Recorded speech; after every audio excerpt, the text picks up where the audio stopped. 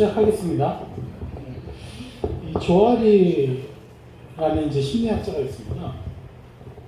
그래서 우리가 그 심리학자들, 인문학자들을 무시하면 안 되는 게 결국에는 그들은 마지막 결론적인 답은 없어요.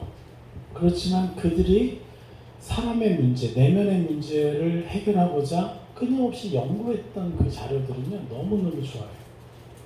그래서 인문학도 사실은 문제가 많죠. 왜요? 해결 방법이 없어요. 근데 우리는 하나님 형상이기 때문에 인문학이 추구하는 것보다 더 쉽게 그것을 도달할 수 있고, 인문학이 추구하는 수준보다 더 높이 올라갈 수가 있죠. 왜냐하면 예수 그리스도 장성한 분량이니까. 근데 조알이라는 이 심리학자가 바로 이제 수십 년 동안 연구했던 것이 뭐냐면 의식과 무의식의 관계에 대한 것을 연구를 했어요. 그래서 이분이 이제 이렇게 얘기하죠. A, B, C, D를 연구해요. 이게 한 사람이에요. 그래서 A는 뭡니까? 나도 알고 남도 아는 나예요. 네. 이게 뭐겠어요? 바로 노출된 영역이죠. 이게 한 사람, A, B, C, D 다 합치면 한 사람인데 나도 알고 남도 아는 나. 이게 노출된 영역. 누구나 아는 거예요. 나도 나는 이런 사람인 것 같아. 저 사람도 나를 그렇게 생각해. 이렇게 노출이 되는 거죠. 그럼 B는 뭐냐? 나는 아는데 남은 모르는 나예요.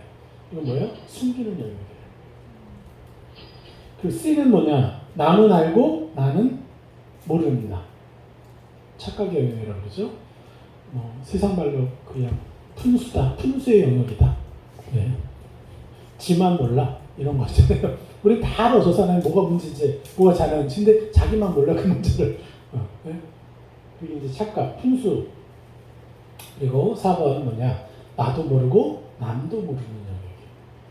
모르는 나. 그게 뭐예요? 바로 무의식이라는 거예요. 예. 무의식의 자아 영역이라는 거예요. 근데 이 무의식의 자아 영역이 어때요? 이게 무한대로 가는 거예요. 너무 많다는 거죠. 그래서 무의식의 자아 영역은 뭐냐면 어떻게 생성되냐면 같이 읽어볼까요? 상처들을 통해 들어온 옛사람의 형상들이 숨어있는 영역들을 그대로 방치해둔 채 자신을 고치시키는 거예요. 그래서 어떤 사람은요, 그 조상 안에 대대로 이 도박 중독이 있어요. 어떤 사람은 이제 막 돌아다녀야 돼. 집 안에 머물 수 없어요. 방랑하는 그런 중독이 있어요. 어떤 사람은 음란해. 그게 아비로부터든지 어미로부터든지 왔어요. 그게. 그러니까 우리가 그 사람들을 우리가 함부로 판단할 수 하면 되겠어요? 자기가 원하는 거 아니잖아요. 그 사람은 계속 바람피는 사람이에요. 그럼 그 안에는 너무 열받아서 계속 판단하겠죠. 근데 제 선교지의 제자가 최근에 어떤 열매를 맺었냐면요. 자기 남편을 위해서 대신 보복해주고 그렇게 축복해주니까 남편의 바람기가 없어졌대요. 그러면서 저한테 마지막에 뭐라 했는지 아세요? 너무 미안했다고. 내 남편을 판단하고 미워만 했지 대신해서 보복해주지 못해서 내 남편이 저렇게 생고생하면서 살았구나. 나보다 나은 것 같아. 저 다음에 좀 기름 부음을 받으러 제가 가려고 그래요. 얼마나 감사해요. 진짜 이분이 하나님의 마음을 받은 거예요. 내가 그 전부터 기도해줬다면 남편도 저런 고생 안 하고 나도 저렇게 저런 취급하지 않고도 살았을 텐데. 그러면서 남편한테 미안했다고 또 사과도 하고. 그러니까 남편은 더 어떻겠어요? 더 황송하고. 그래서 정말 자기가 그랬는데 자기가 수많은 여자들을 만나봤지만 진짜 당신을 만난 게 내게 얼마나 큰 축복인지 모르겠다. 둘 다 이혼하셔가지고 두 번째 만난 커플인데 그러면서 당신만큼 정말 사랑스러운 사람이 없는 것 같다고 이제 그렇게 고백하는. 왜 그래요? 상처들을 통해서 옛사람의 형상들이 그들을 장악하고 있었기 때문에 우리는 내가 원해서 나의 그 컴플렉스, 나의 그 단점을 가진 게 아니다. 그럼 저 사람의 단점도 저 사람이 원해서 가진 게 아니다. 그럼 난 뭘 해주면 돼요? 대신 싸워주면 되잖아요. 그 사람 고통당하는 그 죄를 계속 짓느라고 고통당하는 그 사람과 싸우는 게 아니라 그 사람을 장악하고 있는 어둠과 싸우는데 그 어둠과 싸우는 방법은 그 사람에게 새 사람을 입혀주는 거죠. 저 사람은 정말 자기 아내 외에는 어떤 여자도 성적으로 바라보지 않는 거룩한 남자입니다. 계속 입혀주는. 그럼 그 빛이 들어가서 그 빛이 그 감정 안에 들어가서 그 음란한 짓을 하려고 하는 것이 혐오스럽게 느껴지니까 하기 싫고 그러면서 바뀌어내는 거죠. 이 일이 이루어지고 있어요. 심지어는 그 제자는 제 얼굴을 한 번도 본 적이 없는 사람이에요. 거긴 유튜브도 안 돼가지고 제 오디오만 가요. 그런데 그걸 계속 수십 번씩 한 강의를 수십 번씩 들으면서 그렇게까지 바뀌어서 지금 셀을 2개를 개척을 했어요. 거기서. 네.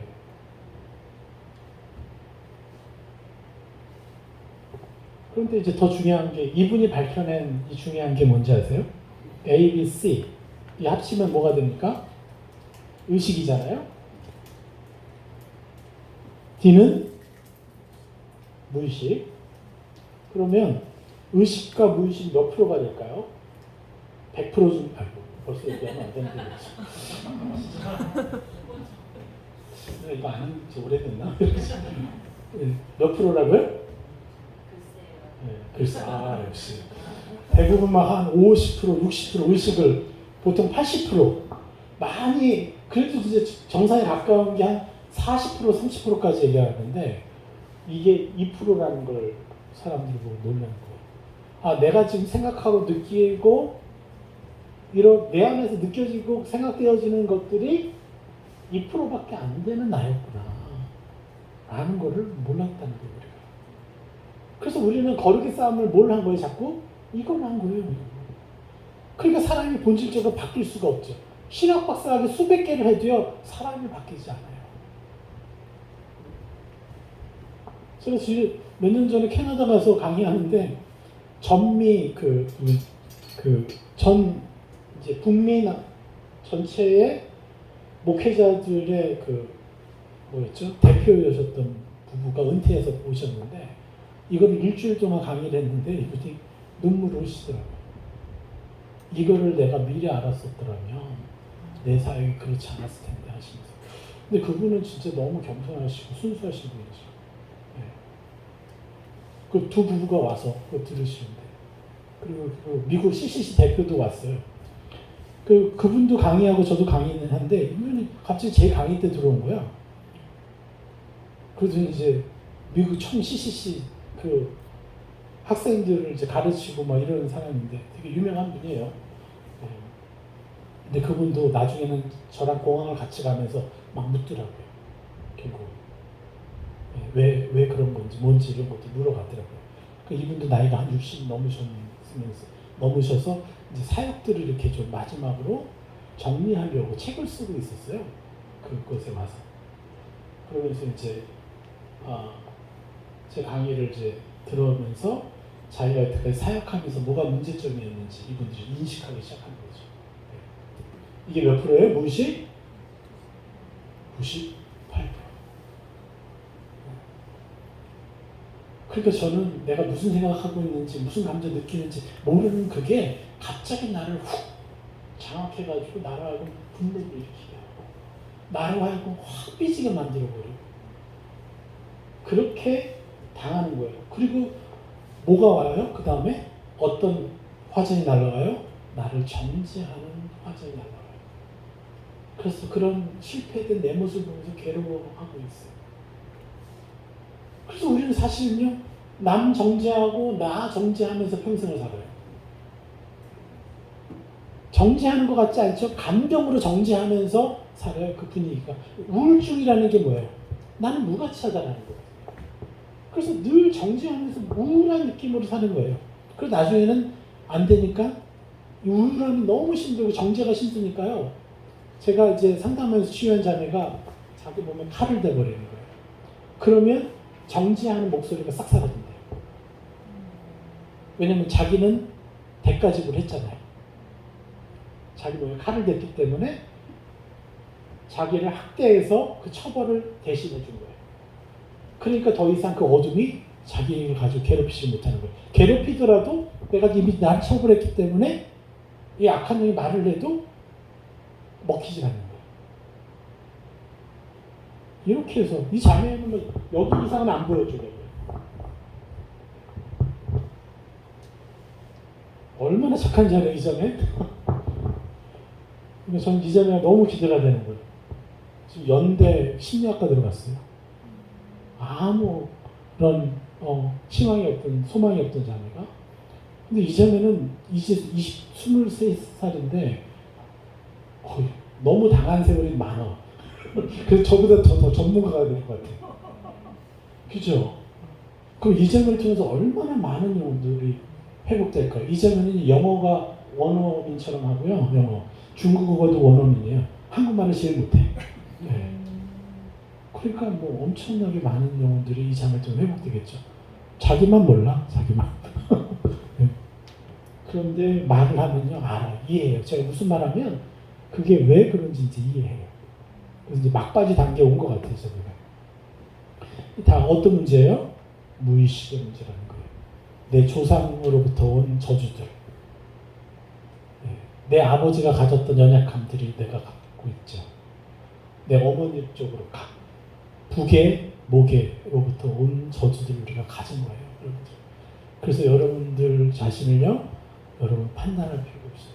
정죄할 필요가 없어요. 그래서 제가 늘 말씀드리는 게 뭐냐면 여러분이 가진 연약함은 이제 달란트가 될 것이다. 네, 그거를 하나님과 가서 십자가에 가서 그걸 못 박아버리고 하나님의 것을 내가 입으면 된다. 연약하니까 더 간절하잖아요. 제가 너무 연약함이 있었기 때문에 간절하게 하나님 앞에 목숨을 바꿔가면서 이렇게 했기 때문에 이걸 깨달게 된 거잖아요. 그것처럼 저 연약함이 결국은 저를 살린 거죠. 그러니까 모든 사람들이 가진 연약함은 똑같이 하나님께만 가면 다 은사가 되고 달란트가 되는 것이죠. 그래서 우리는 두려워할 필요가 없어요. 그 대신 우리는 뭘 해야 돼요? 이 무의식 안으로 들어가야 돼요. 이 무의식에 들어가서 바라봐야 돼요. 무엇이 나를 장악하고 있고 나를 이게 계속 영향력을 주고 있는지 무의식으로 들어가야 돼요. 무의식으로 들어가려면 내가 하나님의 빛이 필요하잖아요. 안 보이니까. 그 무의식 안으로 들어갈 수 있는 빛이 뭐냐? 원수를 사랑하는 거예요. 나에게 상처 준 사람을 축복해주고 어린 소자, 연약해 보이는 사람을 내가 도와주고 존귀 여겨주고 축복해 줄 때마다 나의 안에는요 내 무의식을 바라볼 수 있는 빛이 생겨요. 그래서 내 문제를 더 많이 봐요. 결국은 우리가 어제도 셀을 하고 왔지만 셀 하면서 다 말씀하시는 거 뭔지 아세요? 그들을 축복하다 보니까 내 안에 문제가 보이더라. 네. 너무 간단해. 실컷 남편을 위해서 막 싸우고 막 대신 막 입혀줬더니 아이고 나도 잘못한 게 있대. 그러면서 이제 결국 그러면서 자기가 그걸 벗어버리고 또 새 사람을 입는 기도를 하다 보니까 탁탁탁 성장하는 거예요. 그래서 수십 년 동안 신앙생활에서 성장하지 못했던 게 저희 셀에 와서 몇 개월 만에 확 올라가는 거예요. 이게 이제 그리스도인의 기본적인 삶이 돼야 되는 거거든요. 그러니까 저를 만나는 분들이 많게는 70대부터 적게는 10 몇 세까지, 심지어는 중학교 1학년짜리 남자애까지도 제가 이제 상담하는데 걔도요. 네. 그 아이도 이번 주에 교회 온대요. 네. 아는 거예요. 그 아이들이. 그런데 계속 자기 부모와의 관계가 깨져 있고 뭔가 이상하게 어려움이 생기고. 그래서 우리는 어떤 누구도, 그러니까 원수를 사랑하라 하는 것은 우리에게 큰 짐을 하나님이 주신 게 아니라 뭐예요? 우리에게 엄청난 무기를 주신 거죠. 예. 그래서 우리 이것을 알아야 돼요. 그래서 우리 인생은요 지혜가 속의 여정이에요. 잘 아시잖아요. 평탄한 것 같은데도 일이 한번 팍 터지면 종잡을 수 없고, 분명 어느 부분에서는 터지게 되어 있어요. 우리 인생이라는 게. 그래서 우리는 하나님과 함께 걸어가야 되는 거예요. 24시간. 그래서 저희가 이제 처음에는 이제 다이어리를 만들어 놓고 이름을 24/7A라고 이렇게 명명했어요. 24시간 7일 내내 하나님과 동행한다. 이게 이제 영어로 24/7A라고 표현하는데, 7A, all day 얘기하는데, 그렇게 우리가 성령님과 동행할 수가 있다. 그렇지만 제가 이렇게 강의하지만 제가 뭐 100%도 하겠어요? 저도 안 돼요. 그렇지만 끊임없이 침노하는 거예요. 난 예수님처럼 그렇게 하는 사람이라고. 계속. 예수님이 뭐라고 하셨습니까? 내가 한 일을 할 것이요 그보다 더 큰 일을 하리라고 분명히 약속하셨는데, 그럼 내가 나를 믿겠어요? 그분의 약속을 믿겠어요? 그래서 계속해서 선포하다 보니까 지금껏 제가 포기하지 않고 이 자리에 온 것 같아요. 네. 그리고 변해 있고.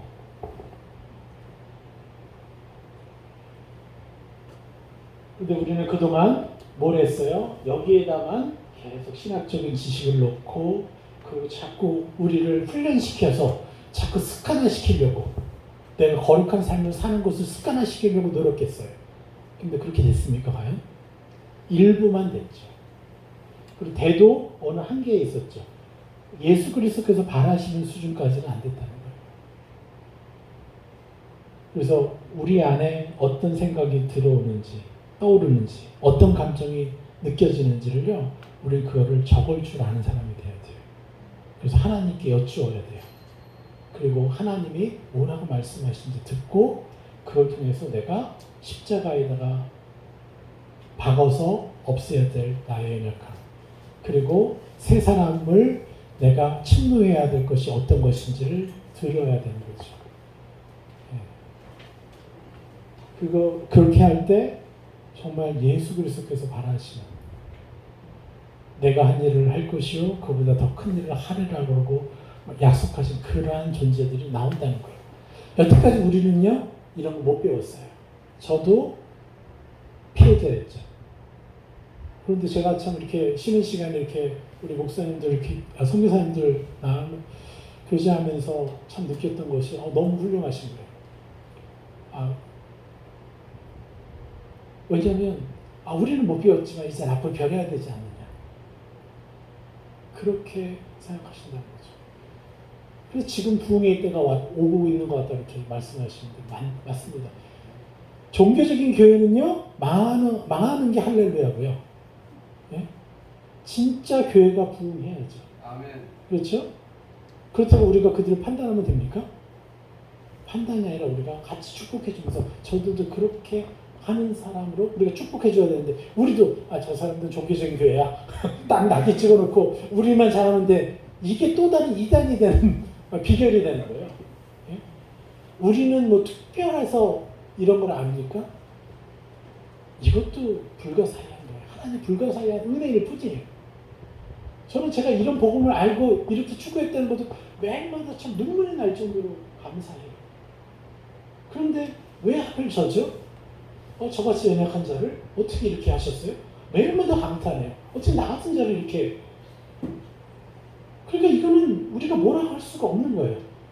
교만할 수도 없고 우리가 뭐가 대단한 것도 없는 거예요. 다만 저들보다 이걸 알기 때문에 우리는 축복해줘야 될 빛이 있는 거예요. 우리는. 네? 그것을 모르고 있는 그 사람들을 향해서 우리가 축복해줘야 되는 빛이 있어요. 빛. 마음의 빛이 있어요. 그래서 그들도 하나님의 참 빛이 나올 수 있도록 도와줘야 되는 거예요. 그것을 하기 위해서 어떻게 돼요? 우리 무의식 안에 더 깊이 들어가야 돼요. 네. 그래서 여러분 안에 떠오르는 순간적인 생각들, 감정들을 여러분 놓치지 마십시오. 그리고 또 저희 같은 경우는 또 꿈을 가지고 재해석하는 사역을 어떻게 그렇게 하게 돼요? 왜냐하면 꿈 꾸시는 분들이 너무 많다 보니까, 그럼 그 꿈도 하나님이 축복하기 위해서 주시는 꿈들이거든요. 그럼 꿈 가지고 말씀하시면 이게 다 재해석이 되는데, 계시죠, 계시. 그런 계시적인 사역이 꿈으로도 이제 이루어지는 거고, 나중에 여러분 환상까지 보시게 되죠. 환상은 지금도요, 여러분들 하루 이틀 훈련하잖아요. 몇 시간? 다 환상 봐요. 근데 문제는 뭐냐면요, 환상을 어떻게 해석했느냐의 문제죠. 하나님의 형상을 온전히 가진 만큼 그 형상을 가진 만큼 환상이 해석이 되는 거예요. 근데 하나님의 형상이 결여된 만큼 그 환상은요, 무기가 돼요. 악의 무기가. 그래서 서로를 판단하고 비판하는 무기가 되고 이렇게 된다는 거죠. 그래서 이제 우리 교회도 이제 어느 정도 성품이 그렇게 됐기 때문에 환상을 보여주는 훈련도 이제 곧 시작하려고 합니다. 그러면 가계 치유가 들어가고 은사 치유가 들어가고 그래서 가계를 쭉 한번 훑어요. 20대, 30대까지. 그러면요, 이제 그냥 일반적으로 하는 것보다요, 그들의 영악함, 이 무의식이 다 훑어져요. 기본적으로. 그거 가지고 세 사람의 형상만 쫙 적어놓고 계속 읽기만 해도 빨라지죠. 이해가 되십니까? 근데 그거를 하기 위한 기본은 뭐예요? 하나님의 형상을 많이 입어오는 상태여야 된다. 그래서 저는 은사사역을 안 합니다. 그래서 그런 은사사역을 다 배워놓고도 무엇보다 이것에 중점을 두고 또 이런 사람에게는요, 은사가 더 이상 무기가 안 돼요. 자기 어떤 감투나 어떤 레벨. 왜 은사사역에 빠져서 은사사역을 망하는 분들의 특징이 뭐냐면 그걸 굉장히 특권으로 알아요. 안타깝죠. 근데 하나님의 형상으로 가면요, 아무 의미 없는 건데. 이런 것들이 이제, 그러니까 성경에서 지금 이 교회 역사 속에 일어나는 무수한 사건들, 일들이 있죠. 그리고 사역들이 있죠. 그거를 다 통합할 수 있는 능력은요, 예수 그리스도 형상으로 보고 느끼면 되는 거거든요. 예. 그래서 가장 본질적인 사역을 하는 거예요. 그래서 저희 교회 이름이 뭐예요? 주영상 교회가 된 거예요. 원래는 열방제자교회에서 전 세계를 제조하리라 했는데 완전 교만해가지고 제가 꼬르륵 떨어지고 그 앞에 뭐라고 썼습니까? 예수 그리스도로 옷 입어가는 주영상 교회. 이것이 기본이 되면 어떤 사역을 해도요, 어떤 부딪힐 일도 없고요. 오히려 서로에게 힘을 줄 수 있는 일이 되는 거예요. 백투 예루살렘 저도 해봤어요. 예, 다 해봤어요. 근데 결국 뭡니까? 주의 형상이 빠질 때마다 문제가 터지는 거죠. 이해가 되시겠죠? 그래서 이 무의식의 세계를 누구와 함께 들어가야 돼요? 성령과 함께. 성령이 주시는 빛. 그런데 제가 거룩을 입어가면 입어갈수록 빛이 강하기 때문에 어둠을 보게 된다는 거. 예. 이게 뭔가요? 이쪽 보고 해야 되나?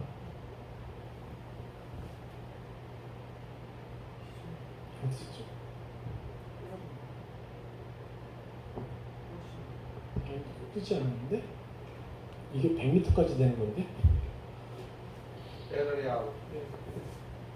그럴까요? 그럴 수 있어요.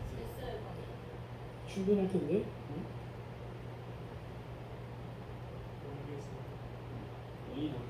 네, 넘겨줄래?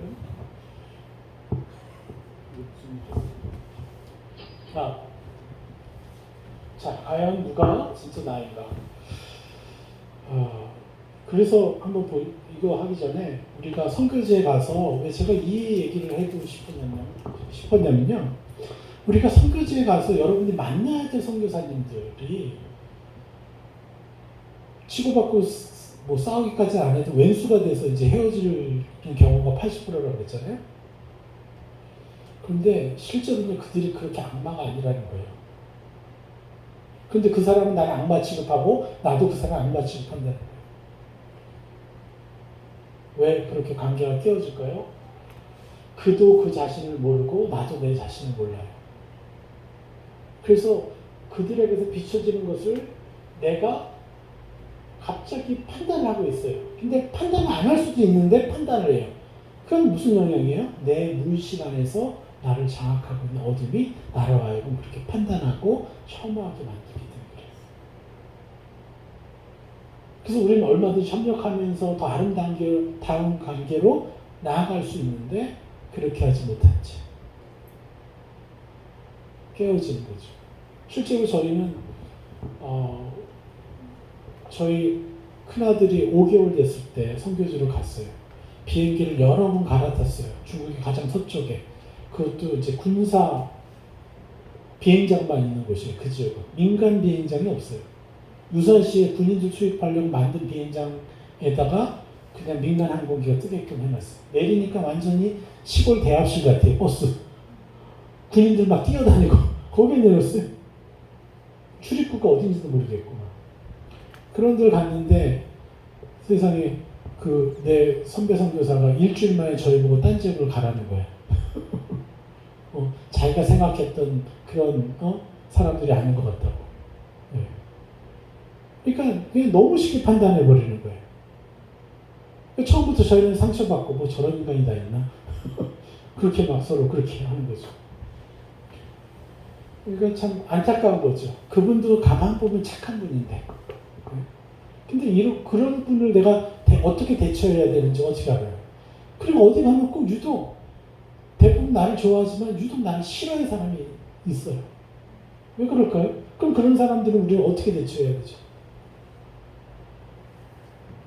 당하고만 있을 필요도 없어요. 우리는 그들까지도 축복해줘서 내 울타리를 집어넣어야 돼요. 그래서 그런 것들을 이제 여러분들하고 좀 더 나눌 거예요. 다음 주에. 그리고 저희 이제 수요 예배 때 1시간, 7시 반부터 8시 40분까지 1시간 제가 이 태그 스쿨을 이제 여기서 진행을 해요. 7시 반에서 8시 40분까지. 그래서 그거를 이제 계속 배우시면 이제 더 알죠. 자, 보겠습니다. 과연 누가 진짜 나인가? 우리가 내가 누군지 몰라요.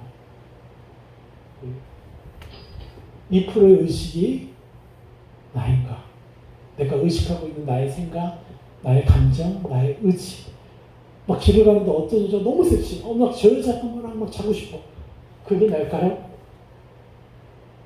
너무 감사한 게 그게 아니라고 할 수 있는 법적인 효력이 예수 그리스도 십자가에 있다는 거.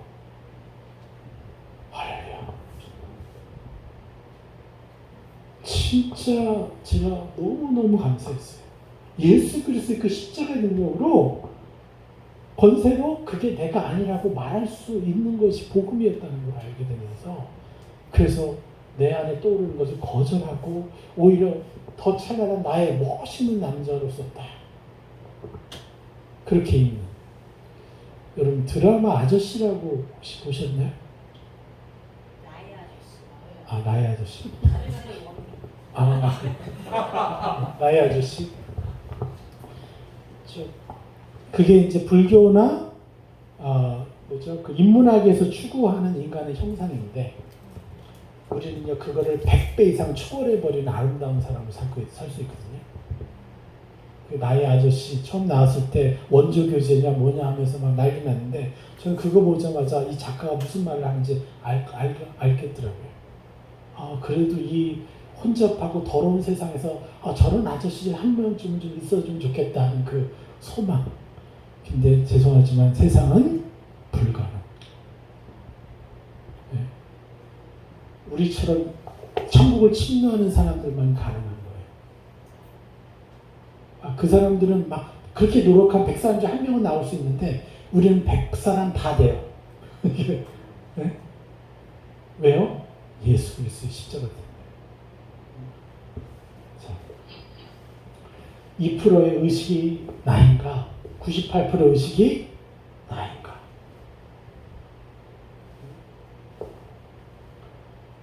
여기에는 어둠도 사실 있어요. 그죠? 그렇지만 내가 잊지 못했던 무수한 하나님의 형상이 있다는 거예요. 자, 아담과가 그 열매를 먹으면 하나님 뭐라고 하셨습니까? 정령 죽으리라. 하나님이 거짓말하신 분이십니까? 아니죠. 그래서 아담과 하와는 죽었어요. 그 자리에서. 뭐가 죽었어요? 세 사람이 다 떠나가 버렸어요. 그래서 옛 추억을 가지고 사는 거예요. 자기가 세상을 누렸던 것에 옛 추억인 그림자만을 가지고 살아가는 거예요. 그러니까 원래 하나님이 창조했던 그 수준하고 완전히 차원이 달라요. 그래서 우리는 십자가로 다시 뭘 되찾아와야 돼요? 하나님의 형상을 되찾아와서 입어야 되는 거예요. 그래서 오늘도 지금 순간에도 내가 세상을 한 번이라도 더 입으려고 하는 게 우리의 삶의 목적이 되어야 되는 것이지만 그보다 더 본질은 하나님과 내가 교제하는 거예요. 그래서 입기 위해서 하나님과 만나는 거예요. 그게 그리스도인의 삶의 근본 목적이 되어버리면요. 어떤 사역도 다 뚫려요. 뭘 하려고 해도. 네. 자, 이게 현재의 나죠? 드러났나? 아직까지 드러나지 않았나요? 내가 있고 싶은데, 내가 그런 사람이 되고 싶은데 안 될 것 같아. 하는, 그래서. 근데 세상은 이것을 뭐라 그래요? 사실이고 진실이라고 얘기해요. 너 지금 예고했잖아. 너 지금 거짓말 했잖아. 너 지금, 그리고 악한 영은 뭐라 그래? 너 금방 누구 판단했잖아. 너 금방 음란한 생각했잖아. 너 금방, 누구 시기했잖아. 내 친구가 나보다 더 성과가 좋아. 너 금방 기분 상했잖아. 이게 뭐예요? 악한 영이 우리를 이게 너라고 얘기하는 거예요. 근데 악한 영은요, 절대 여러분들한테 너라고 얘기하지 않습니다. 너라는 단어를 쓰지 않아요. 그러면 자기가 드러나니까. 나는 내가 금방 이렇게 했잖아 라고 해요. 1인칭을 써요. 2인칭을 쓰지 않아요, 사단. 마음속에서 여러분들한테 2인칭으로 말하지 않아요. 1인칭으로 나 금방 이렇게 했는데, 맞아. 나 금방 저 사람이 너무 잘 나가는 것 같아서 기분이 상했는데, 난 아직도 왜 이러지? 따다다다 연달아 나에게 그 어둠의 생각으로 나를 인정하게 만들어요. 그래서 우울한 거예요. 소망이 없어 보이는 거예요. 세상은 이것을 사실이라고 진실이라고 얘기해요. 내가 지금 행했습니다. 근데 성경은 그렇게 얘기하지 않습니다. 그리고 세상은 이걸 뭐라 그러죠? 환상이고 홍상이라고 얘기해요. 내가 바라는 그 모습, 내가 갈망하는 그 모습이 뭐라 그래요? 환상이고 홍상이라는 거예요. 그래서 안 이루어질 거라고 얘기해요. 근데 이것을 주님의 십자가로 완전하게 이루어졌어요. 그래서 천국은 침노하는 자, 이것을 나라고 여기면 내가 멋진 나로 그것을 받아들이고 선포하면 언젠가는 이루어진다는 것이고, 이것도 다음에 설명하겠지만 이게 제가 다음 주에 제가 언제까지 강의할 수가 있는 거죠? 지금? 시간이 네, 시간이 어떻게 되는 겁니까? 4시요? 예, 그럼 다음 주에 해야 되겠네요. 다음 주에 두 가지 다 못할 것 같은데.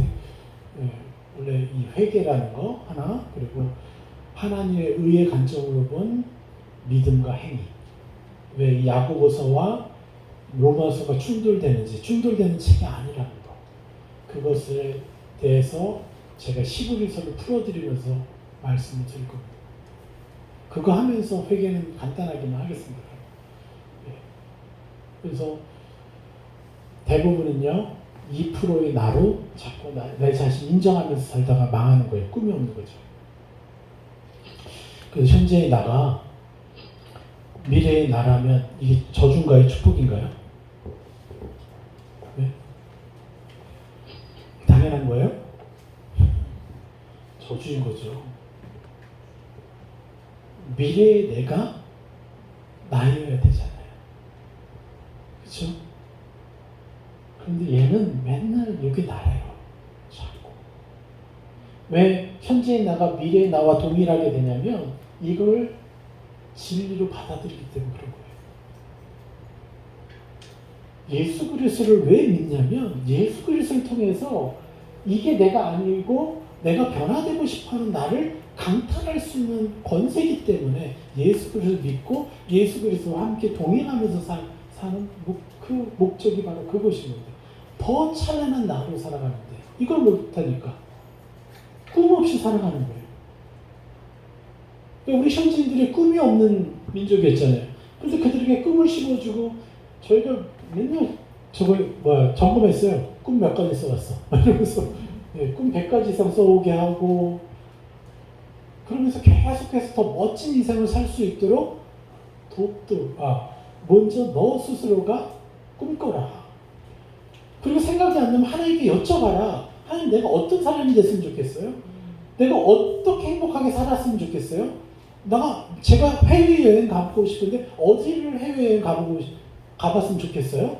하고 하나님께 여쭤보면서 하나님이 내게 주시고 싶어 하는 것을 적게 하는 거예요. 그럼요, 100개가 10개도 못 쓰는 사람들이요, 100개, 200개, 300개를 써요. 그리고 한 200개 지나면 다 무슨 꿈을 꾸는지 아세요? 다 내 엄마가 이랬으면 좋겠다. 다 희한하게 100개 이상 넘으면 자기 가족이 보이고 누가 좀 행복했으면 좋겠고 또 어떤 친구들은 자기 민족을 위해서 꿈꾸고 이런 것들이에요. 저는 매년 몇백 개의 소원이 이루어져요. 기도응답이 돼요. 그게 다 뭔지 아세요? 이번 주만 해도 20개 넘게 이루어졌어요. 제 꿈이 뭔지 아세요? 다른 영혼들에게 새 사람을 입혀서 그 일을 보는 거예요. 네? 이게 하나님의 아들들이 하는 거죠. 하나님의 자녀들이 하는 거죠. 근데 이 꿈을 꿀 수 없으니까 내가 꿈꿔주는 거예요. 일산셀에 갔더니 이분이 감사할 거를 요이땅하고 기다리고 있는 거야. 너무 감사할 게 많아가지고. 얼마 전까지 6개월 동안 우울증약 먹고 있었고요. 암 수술 받았고, 내가 이제 둘째만 대학 들어가면 이제 헤어지겠다. 이런, 딱 결단하는 사람이 갑자기 남편이 막 바뀌기 시작해요. 이분이 그렇게 기도하니까. 근데 그렇게 하기까지 에너지가 없으니까 뭘 해야 돼요? 저하고 우리 서영미 집사님하고 그 자매 위해서 계속 세 사람 쓰고 선포했어요. 그때 이제는 갑자기 팍 올라가더니 이제는 아침에 눈 뜨자마자 하나님을 부르는 게 너무 행복해서 계속 부르면서 하나님하고 인격적으로 교제하기 시작하고 감정을 느끼기 시작하니까 갑자기 남편이 묻더래요. 당신 왜 요즘 나를 보면서 웃어? 그전까지는 어떻게 했는지 아세요? 눈으로 남편을 때리면서 살았대요. 여러분 이해가 되십니까? 눈으로 남편을 때리면서 살았다는 단어가. 근데 이분은요 되게 정숙한 분이라서 막 찡그리거나 막 이렇게 하지 않아요. 그냥 무덤덤하게 바라보는데 남편은 영적으로 느낀 거야. 저 인간이 나를 지금 때리고 있네. 그런데 그 남편을 위해서 하늘의 보복을 하기 시작하니까 이분이 자기의 죄가 깨달아져가지고 남편한테 사과를 했어요. 여보, 내가 당신을 위해서 요즘 축복하다 보니까 하나님이 나보고 회개하래. 나보고 당신 눈으로 때렸대. 그때 그 남편이 그걸 듣더니 갑자기 너무 충격에 빠져가지고 맞아. 나 사실 그런 걸 느꼈는데 뭐라고 형언할 수 없었다는 거야, 그 단어가. 그때 그 말이라고. 그런데 남편이 그것 때문에 그래서 당신이 잘못했지? 이러려고 하는 게 아니라. 그래서 남편도 좀 바뀌기 시작하더래요. 그 관계가 지옥이었는데 어떻게 원수였는데 육전에는 원수였는데 화목해지기 시작하죠. 이렇게 셀을 하기만 해도 이런 일이 벌어지는 거죠. 예. 자, 보십시오. 현재나 미래나 저주인 거죠. 그래서 끊임없이 우리는 다른 영혼들을 향해서 꿈꾸는 사람이 되면요. 그러면 어떻게 돼요? 더 빛이 들어와서 나의 무의식 안에 하나님의 빛이 들어오겠죠. 그러면 나를 또 더 놀라운 찬란한 존재로 가는 곳을 가로막고 있는 이 어둠이 보여지겠죠?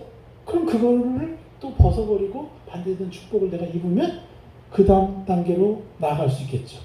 그럼 뭐가 돼요? 하나님의 찬란한 영광 앞에 더 가까이 접근하는 거예요. 그런데 우리가 거룩이 전혀 없는 상태에서 하나님의 찬란함을 보면 어떻게 돼요? 우리는 즉사하죠, 즉사.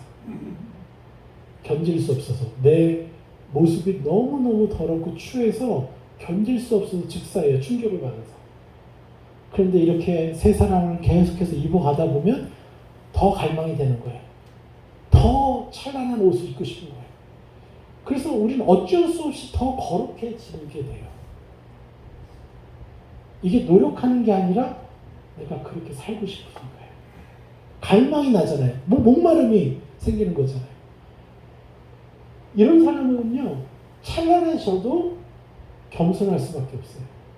교만할 수가 없어요. 왜요? 하나님 때문에 이렇게 되어가고 있으니까요. 그러니까 여러분 우리 교회 나오시면 아시겠지만 우리 교인들의 수준이요 너무 높아요.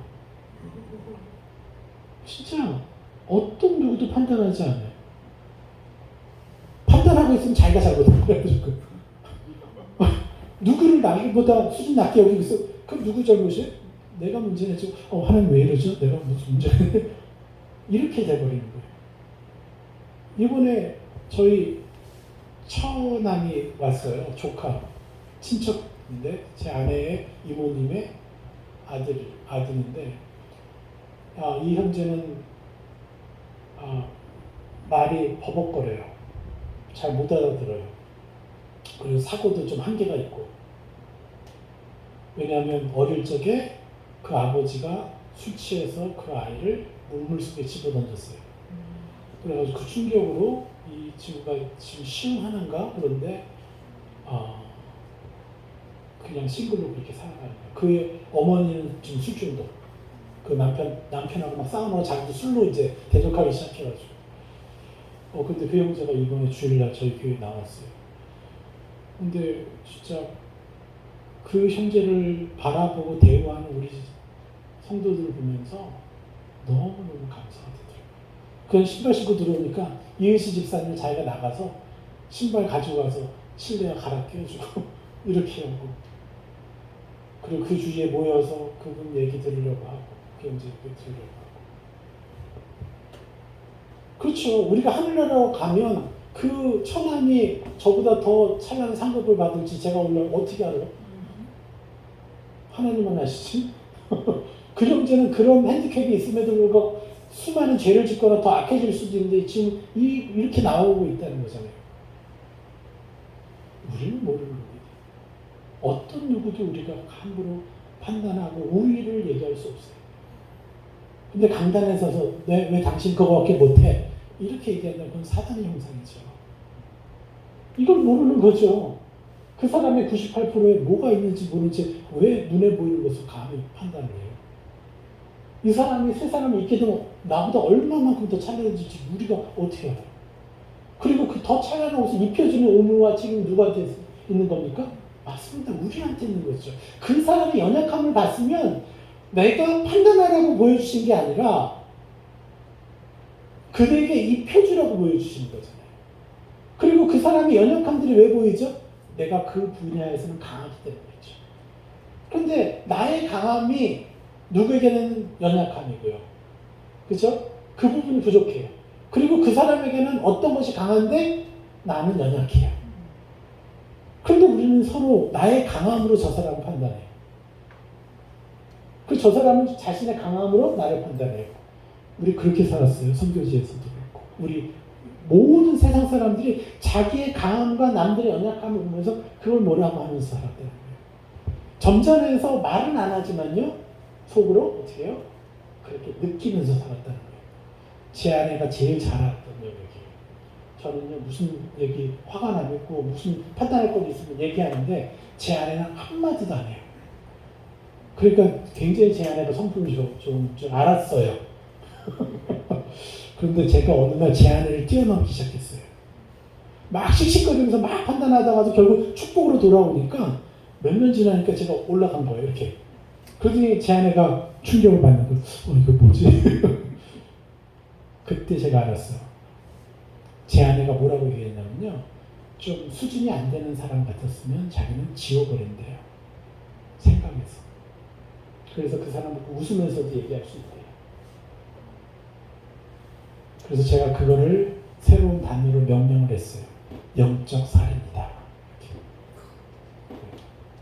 우리 그리스도인들에게는 영적인 살인이 하나님이 붙여주셨는데 내가 한 사람이라도 더 입혀서 떠나보내야 될 거예요. 내 마음에 짐이 있다면. 세상에는 그게 젊지 않고 성품이 좋은 사람이라고 얘기하지만 그리스도인에게는 영적 살인자가 되는 거예요. 하나님이 이렇게 용납하시지 않아요. 물론 상처 많은 사람 다 용납하시지만 하나님은 욕심이 있어요. 우리한테. 더 내 모습으로 변화되기를 갈망하시는 거죠. 그래서 우리가 꿈꾸는 것, 꿈꾸지 못하고 미래가 여전히 똑같다. 당연한 것이거나, 당연한 것이 아니라 뭐죠? 저주인 것이다. 그래서 우리가 이것을 알고 우리가 선교지로 나가기 전에 우리가 먼저 이러한 삶을 싸우고 나로 훈련시켜서 여러분들 어디를 가든지 여러분을 만나는 사람들이 축복받은 존재가 되도록 여러분이 한번 살아가 보십시오. 그러면요, 여러분의 평생에 무슨 일이 일어날지 몰라요. 정말 너무 아름다운 사람들이 여러분 주변에 모이게 될 것입니다. 오늘 여기까지 하겠습니다.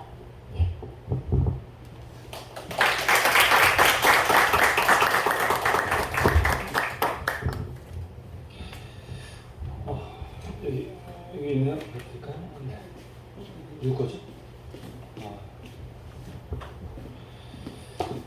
참 귀한 말씀입니다. 우리 좀 선교지에 나가야 할 저희들 이런 무장을 하지 않으면 우리는 하나님의 일을 한다고 하면서도 한편은 수없이 공격을 받고 있어요. 근데 사역이 안 이루어지는 그 부분에서 원인을 모르는데 바로 사단의 공격이 이런 공격으로 우리를 힘들게 하고 있다는 사실을 이제 좀 우리가 조금씩 알게 될 때 더 선교회가 더 확실하게 아름답게 펼쳐질 수 있을 겁니다. 우리의 강력한 무기는 바로 축복이다 라는 말씀을 하셨어요. 그렇습니다. 우리가 싸우는 것은 혈과 육이 아니라 어떤 칼과 이런 무기가 아니라 우리 축복입니다. 예수님이 이기신 십자가에서 싸우신 가장 큰 무기가 바로 죽으시고 사랑해 주셨던 것으로 사단의 머리를 밟으신 것처럼 정말 우리의 강력한 무기는 바로 축복인 것 같아요. 이 말씀을 해주시고 또 우리에게 힘을 주신 우리 최성용 목사님에게 우리가 감사의 박수를 올려드리겠습니다.